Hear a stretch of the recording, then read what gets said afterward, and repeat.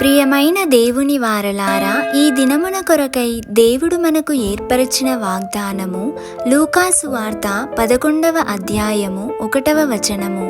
ప్రభువా, యోహాను తన శిష్యులకు నేర్పినట్టుగా మాకును ప్రార్థన చేయ నేర్పుమని ఆయన నడిగెను. ప్రియమైన వారలారా, యేసు ప్రభువు ప్రార్థించుట చాలించిన తరువాత శిష్యులలో ఒకరు, ప్రభువా, మాకు ప్రార్థన నేర్పించు అని అడిగారు. యేసు ప్రభువుల వారి శిష్యులు ఆయన స్వరాన్ని వింటూ, ఆయన చెప్పే ఉపమానములను నేర్చుకుంటూ, ఆశ్చర్య కార్యములను కల్లారా చూస్తూ కూడా దేవునితో వ్యక్తిగతంగా సమయాన్ని గడుపుచున్నప్పటికీ కూడా ప్రార్థనలో ఆయన అవసరతను గుర్తించి, ప్రభువా, మాకు ప్రార్థన నేర్పించుము అని అడిగారు. అయితే నీవు నేను ఏ విధముగా ప్రార్థిస్తున్నాము? మనము దేవా, ప్రార్థించుట మాకు నేర్పించు అని అడిగేవారిగా ఉన్నామా? ఒకసారి ఆలోచన చేసుకుందాము. ఒక వ్యక్తి పలుకగలిగిన అత్యంత ముఖ్యమైన, జీవితాన్ని మార్చగల ప్రార్థన ఏమిటి అంటే, ప్రభువా, నాకు ప్రార్థన నేర్పించు అని. ప్రార్థన గురించి తెలుసుకుంటే సరిపోదు. మనము ప్రార్థించుచున్న దేవునితో మన సన్నిహిత శక్తివంతమైన సంబంధం ద్వారా వ్యక్తిగతంగా ప్రార్థించుటను మనము నేర్చుకోవాలి.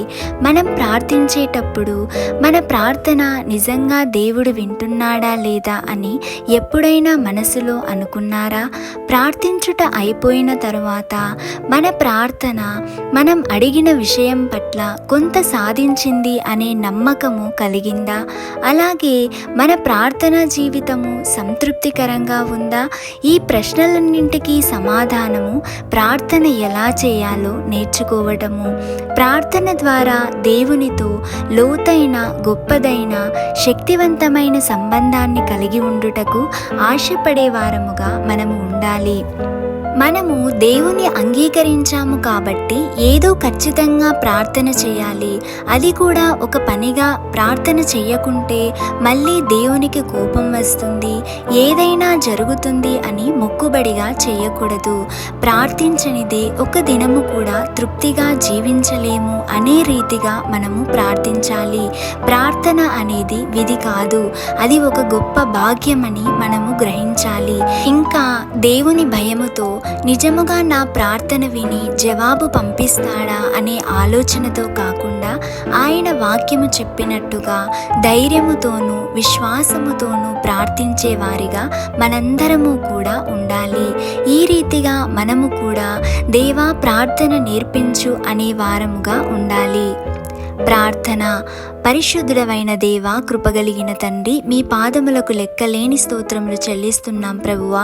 ఈ ఉదయకాల సమయంలో తండ్రి, ప్రార్థన గురించిన ప్రాముఖ్యతను మాతో మాట్లాడినందుకు మీకు స్తోత్రములు.